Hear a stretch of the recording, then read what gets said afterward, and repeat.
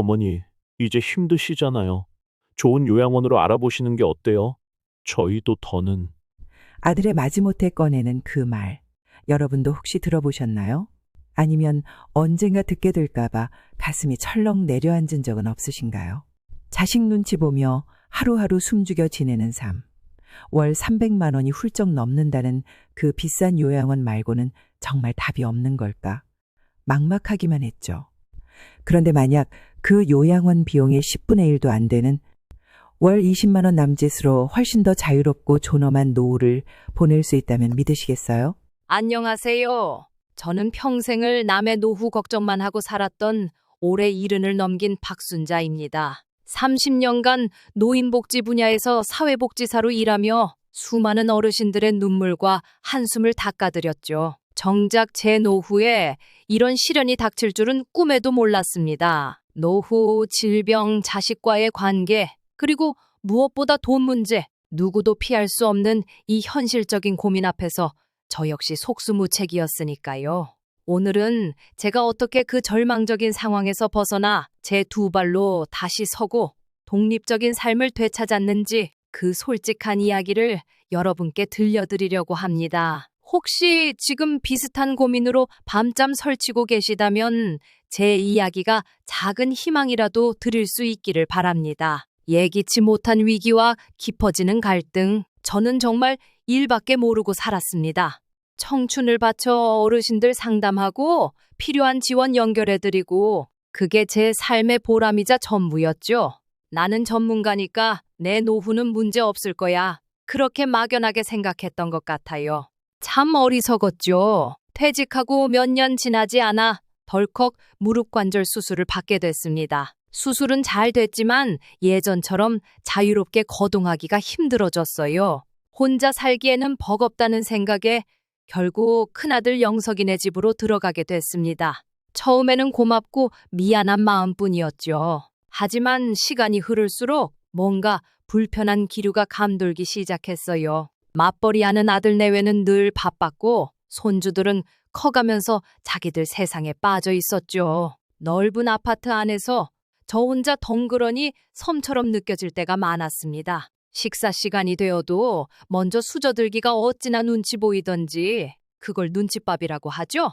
네, 제가 딱 그 신세였습니다. 몸이 아프니 마음도 약해지더군요. 온종일 소파에 앉아 창밖만 바라보며 내가 여기서 뭘 하고 있나 하는 자괴감이 들었습니다. 영석이도 그런 제 모습이 안쓰러우면서도 한편으론 부담스러웠을 겁니다. 그러던 어느 날 저녁이었어요. 영석이가 조심스럽게 입을 뗐습니다. 어머니, 요즘 좋은 요양원들 많다고 하더라고요. 시설도 깨끗하고 친구분들도 사귈 수 있고 한번 알아보시는 게. 머리를 한 대 맞은 듯 띵했습니다. 요양원이라니. 내가 평생 그곳만은 피하려고 얼마나 애썼는데. 사회복지사로 일하면서 봐온 요양원의 현실은 제가 꿈꾸는 노후와는 거리가 멀었거든요. 물론 좋은 곳도 있겠지만 아무리 좋아도 내 집만 하겠어요? 내 마음대로 생활하고 싶을 때 하고 쉬고 싶을 때 쉴 수 있는 그런 자유가 없는 곳이었죠. 제 마지막 자존심마저 그곳에 맡기고 싶지는 않았습니다. 하지만 아들의 입장은 또 달랐겠죠. 아픈 노모를 집에서 모시는 게 얼마나 힘든 일인지 저도 머리로는 이해했습니다. 그래서 간병인을 알아보려고 했어요. 그런데 웬걸요? 비용이 정말 상상을 초월하더군요. 하루 몇 시간만 도움을 받아도 한 달이면 수백만 원이 훌쩍 넘어가니 평범한 제 연금으로는 감당할 수가 없었습니다. 그렇다고 아들 내외에게 손 벌릴 염치는 더더욱 없었고요. 진퇴양난 딱 그런 상황이었습니다. 정말 요양원 밖에는 답이 없는 걸까? 절망감이 온몸을 휘감았습니다. 절망 속에서 찾은 한 줄기 빛. 영석이는 계속해서 요양원 팸플릿을 가져왔습니다. 깨끗한 시설 사진과 다양한 프로그램 안내. 하지만 제 마음은 점점 더 완고해졌어요. 아무리 포장해도 거긴 내 집이 아니야. 그러다 문득 이런 생각이 들었습니다. 내가 직접 가봐야겠다. 내 눈으로 확인하고 그래도 정 안 되면 그때 다시 생각하자. 평생 남들 상담만 해줬지. 정작 제 문제에는 너무 수동적이었던 거죠. 그래서 하루는 영석이 몰래 택시를 타고 아들이 추천한 요양원 몇 군데를 직접 찾아가 봤습니다. 예상대로 시설은 깨끗하고 직원들도 친절했어요. 하지만 그곳 어르신들의 표정에서 제가 찾던 삶의 활기는 발견하기 어려웠습니다. 정해진 시간에 식사하고 정해진 프로그램에 참여하고 마치 잘 관리되는 온실 속 화초 같다는 느낌을 지울 수 없었죠.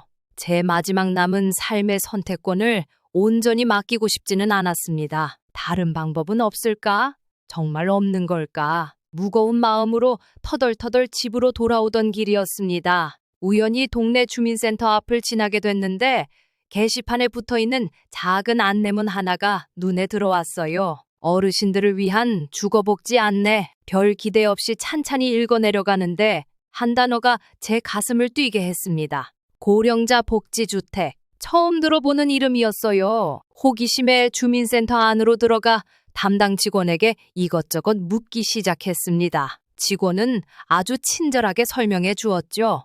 고령자 복지주택은 거동이 불편하거나 홀로 사는 어르신들이 저렴한 임대료로 독립적인 생활을 유지하면서 동시에 필요한 복지 서비스까지 받을 수 있도록 정부 LHN에서 지원하는 주택이라는 겁니다. 가장 놀라웠던 건 비용이었어요. 지역이나 소득 수준에 따라 조금씩 차이는 있지만 제가 알아본 곳은 보증금도 저렴했고 월 임대료가 정말 20만 원 안팎이었습니다. 월 300만 원짜리 요양원과 비교하면 이건 정말 기적 같은 이야기였죠. 게다가 집안의 문턱을 없애고 안전 손잡이를 설치하는 등 어르신들의 안전을 위한 설계가 되어 있고 단지 내에 물리치료실이나 작은 프로그램실 같은 편의시설도 갖춰져 있다는 거예요.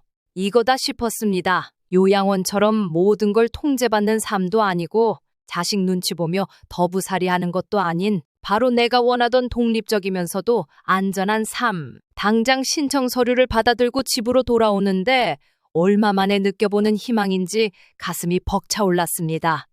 마지막 갈등, 그리고 되찾은 나의 삶. 고령자 복지주택 신청서를 내고 결과를 기다리는 동안 저는 조심스럽게 제 계획을 자식들에게 털어놓았습니다. 요양원이 아닌 다른 대안을 찾았다는 사실에 안도할 줄 알았는데 예상치 못한 벽에 부딪혔습니다. 바로 제게 남은 유일한 재산, 전세금 문제였습니다. 복지주택에 입주하려면 약간의 보증금이 필요했고 무엇보다 앞으로 혼자 살아가려면 최소한의 생활비 기반이 있어야 했기에 예전에 살던 작은 아파트 전세금이 꼭 필요했습니다. 그런데 그 말을 꺼내자마자 영석이와 작은 딸의 얼굴이 굳어지는 겁니다. 어머니, 그 전세금은 저희도 좀 필요한데요. 애들 학자금도 그렇고 저도 가게 확장에 보태려고 생각하고 있었는데. 기가 막혔습니다. 물론 자식들 형편 어려운 거 왜 모르겠어요. 하지만 그 돈은 제 마지막 남은 노후 자금이자 제 독립을 위한 유일한 발판이었습니다. 그걸 자기들 필요에 맞춰 사용하겠다는 말을 아무렇지 않게 하는 자식들 앞에서 서러움이 북받쳐 올랐습니다. 30년간 남의 자식 같은 어르신들 돌보느라 정작 내 자식들 제대로 못 챙긴 미안함이 늘 있었는데 돌아온 결과가 이것인가 싶어 눈물이 핑 돌았습니다. 그 순간 저는 단호하게 결심했습니다. 더 이상 내들 눈치 보며 살지 않겠다. 이건 내 인생이고 내 돈이고 내 선택이다. 얘들아, 너희 사정 모르는 거 아니다. 하지만 이 돈은 내 마지막 남은 생을 위한 돈이다. 요양원에 들어가 너희에게 더 큰 짐이 되거나 너희 집에서 눈칫밥 먹으며 불행하게 사느니 이 돈으로 내 힘으로 살겠다. 이건 내 선택이니 존중해다오. 제 단호한 태도에 자식들도 결국은 물러섰습니다. 서운한 기색이 역력했지만 어쩌겠어요. 제 인생인걸요? 얼마 후 드디어 고령자 복지주택 입주자로 선정되었다는 연락을 받았습니다. 이삿짐이라고 해봐야 단출했지만 제 마음은 세상을 다 얻은 듯 가벼웠습니다. 새로 입주한 집은 작지만 아늑했고 무엇보다 온전히 저만의 공간이라는 사실이 감격스러웠습니다. 문턱 없는 현관, 욕실의 안전 손잡이, 비상벨까지 혼자 살아도 안심할 수 있는 환경이었죠. 이곳에는 저와 비슷한 처지의 어르신들이 많았습니다. 서로 의지하고 말벗이 되어주며 외로울 틈이 없었어요. 단지 내 복지관에서 하는 물리치료도 꾸준히 받고 건강 프로그램에도 참여하면서 무릎 건강도 눈에 띄게 좋아졌습니다. 무엇보다 매달 20만 원 남짓한 주거비로 경제적인 부담 없이 지낼 수 있다는 것이 가장 큰 만족감을 주었습니다. 신기한 건 제가 독립해서 제 삶을 즐겁게 살아가니 자식들과의 관계도 오히려 더 좋아졌다는 겁니다. 예전처럼 서로 눈치 보고 부담스러워하는 관계가 아니라 가끔 찾아와 웃으며 안부를 묻고 편안하게 식사하는 사이가 되었어요. 아마 제가 행복해하는 모습을 보니 자식들도 마음의 짐을 덜었기 때문이겠죠. 제가 스스로의 삶을 선택하고 책임지는 모습을 보여준 것이 결국 모두에게 좋은 결과가 된 것입니다. 여러분, 지금 어떤 노후를 보내고 계신가요? 혹은 어떤 노후를 준비하고 계신가요?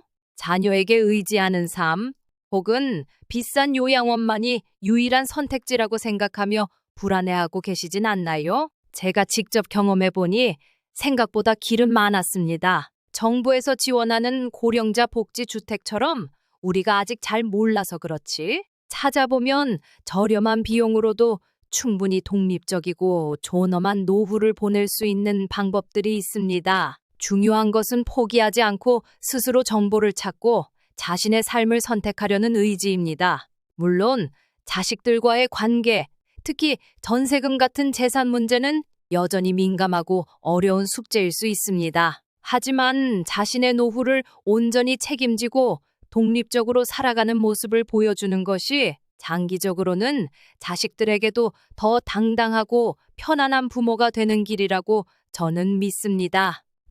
혹시 오늘 순자 씨의 이야기가 조금이라도 위로가 되셨거나 나도 한번 알아봐야겠다 하는 용기를 얻으셨다면 좋겠습니다. 여러분은 어떤 경험을 하셨나요? 노후 주거나 자식과의 관계에 대해 비슷한 고민이나 경험이 있으시다면 댓글로 함께 나눠주세요. 서로의 이야기가 또 다른 누군가에게는 큰 힘이 될 수 있습니다. 오늘 영상이 도움이 되셨다면 좋아요 한번 꼭 눌러주시고요. 앞으로도 노후 생활에 도움이 되는 유익한 정보들을 나누고 싶으니 구독 버튼도 잊지 말고 눌러주세요. 다음번에는 고령자 복지주택 신청 자격과 방법에 대해 좀 더 자세히 알아보는 영상을 준비해 보겠습니다. 끝까지 시청해 주셔서 정말 감사합니다. 여러분 모두 건강하고 행복한 노후를 보내시길 진심으로 응원합니다.